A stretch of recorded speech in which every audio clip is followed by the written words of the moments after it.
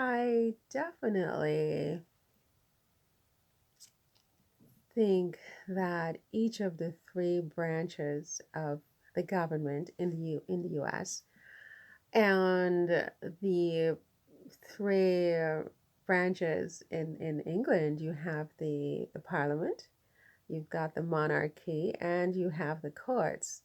Just like in the US, you have the president, you have the judiciary, the courts, and you have the legislature, which is equivalent to the English parliament. And so, yes, I would say that all three of those respective branches of the government and the leadership in these two respective countries each had their own duty of care to these millions of undefended civilians who had done nothing wrong and who were arbitrarily, extrajudicially, and irrationally imprisoned on their work sites for their entire lives, for 17, 18, 19 generations, for a cumulative 244 years. Again, even though they had done nothing wrong. I think that each of these branches of the government in both these countries are severally liable and jointly liable for the harm that befell these individuals. You know, they were not a monolith. Approximately 17 million innocent individuals who had done nothing wrong to warrant this kind of punishment. You don't even do this to terrorists who dropped the World Trade Center. You don't multi generationally punish their children, and they did something wrong, right? These people did nothing wrong. And so, yes, I do think that each of the branches of the government had a specific duty to intervene well before the 19th century.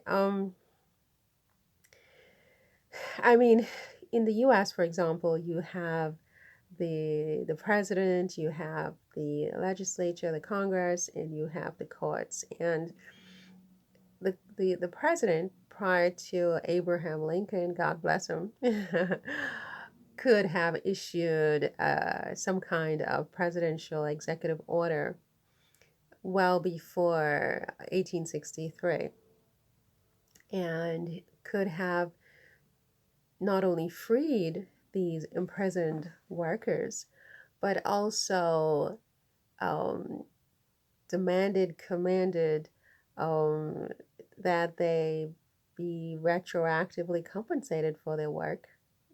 And most importantly, even more important than the compensation, and I think the compensation is very, very important, was a proclamation that these were human beings.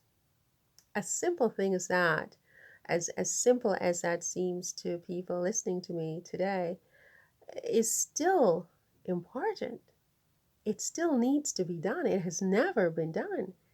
And if, again, I said this in a few of my other videos, if these human beings were not human beings and they were property and chattel and things and savages, and well, savages may be human beings, but you know, property definitely is not a human being. I mean, that's a thing. You know, a person cannot be property because property is not animate. It's not a person, it's a thing, right? So if these people were things and they were property and they were not human, it means that anyone in humanity that looks even remotely similar to mine can never really ever claim to be a human being, certainly not 100%. And I'm sure that that is the view of some people still today, that someone who looks like me is not really fully a person. I mean, when you consider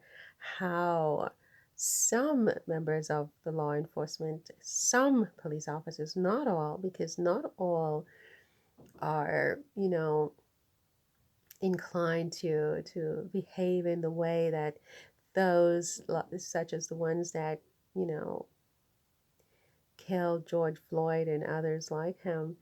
how they behave, they clearly don't see these human beings as human beings like they are, right? Or like the next person is. They're different, right? They're somehow different fundamentally in their minds.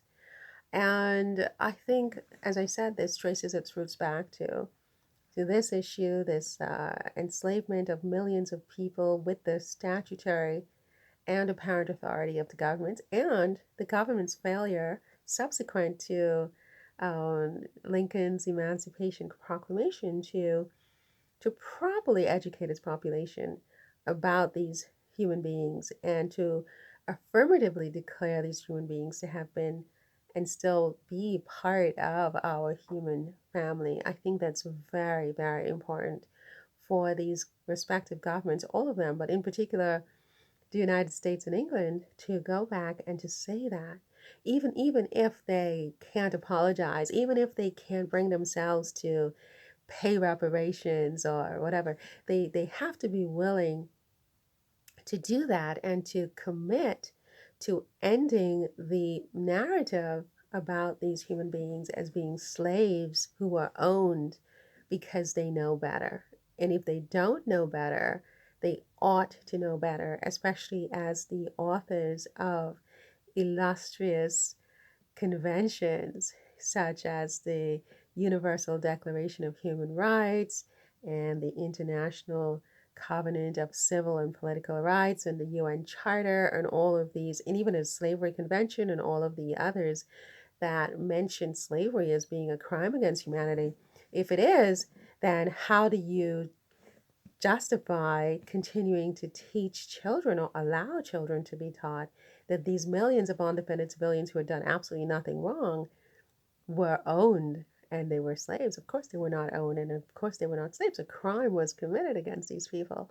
And it's important that that be the narrative that is clear for everyone, and that most importantly, to restore and reinstate their human rights and their right to be a member in the species in which they were born. Again, they were not in vitro, they were here, they were formed, they were actual, factual human beings, and we need to have the records clearly reflect that so that everybody can understand that that's what they were. And from that, I think slowly over time, it's not going to be overnight, but with each new generation of human beings on the planet, we're going to be able to see some change so that, stories like George Floyd's story won't happen anymore. I think if we don't do something 50 years from now, 100 years from now, you're going to have, similar things happening and people spilling onto the streets protesting. But in the end, I mean, it doesn't really solve the problem, which, is a deeper, much more insidious underlying problem that the governments can do a lot to rectify and to alleviate. So you have the president. You've got the how much time do we have? We're running out of time. Well, you have the legislature who always has the power to override a presidential veto, to remove presidents who don't behave well, to enact legislation. So it's been 100+ years since the last remaining workers and civilians were released from this you know this unfair, unjust, extrajudicial imprisonment. Yet we still have nothing from the legislature restoring and reinstating their human rights, their labor rights, their civil rights, their constitutional rights. I mean, they sort of went going forward. It's not good enough, I don't think, because you still have the impact that their family members and relatives are still living with because of the vestiges of what happened to their forebears. And so, in particular, I think, a retroactive Civil Rights Act is necessary to put that on the record and to let the record show that these people were human beings. A mistake was made. We recognize that mistake. We restore their rights. We reinstate their rights. Going forward, they shall no longer be referred to as slaves and as people who we're owned, but as individuals and members of our human family. I think that's very important, and I think the legislature could have done that a long time ago, and can still do that now. And it's, for me, mind-boggling that nobody has, had a light bulb go on to start the process. The judiciary, I mean, my goodness, I mean, you need to have a case in order for the judges to get involved. But I think there have been some cases throughout history where, slaves, quote unquote slaves, have petitioned the courts and have been, sent packing. And I'm sure, I will bet you money that if a case were brought to the courts on this issue today, I mean, chances are, I would say 9 out of 10, that it would be kicked out of court on a motion to dismiss. I mean, they won't want to hear it. They will use things like statute of limitations and so on to just get rid of it.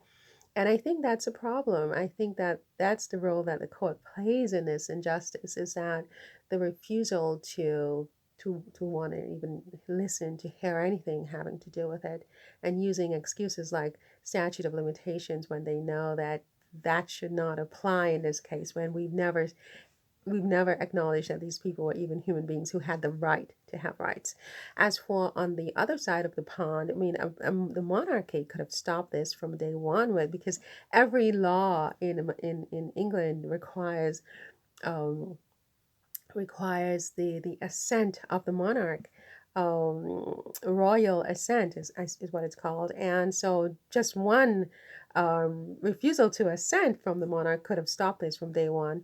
One request by the monarch to rectify the record and restore these people's rights retroactively will also be immediately respected.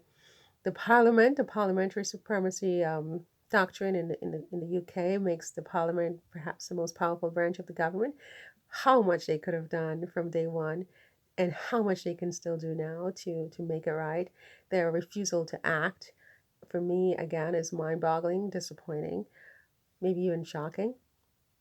And the prime minister of the UK can also take action. So, yeah, I think that all three branches of these respective governments have a duty to act. They had a duty, they have had that duty, and they will continue to have that duty.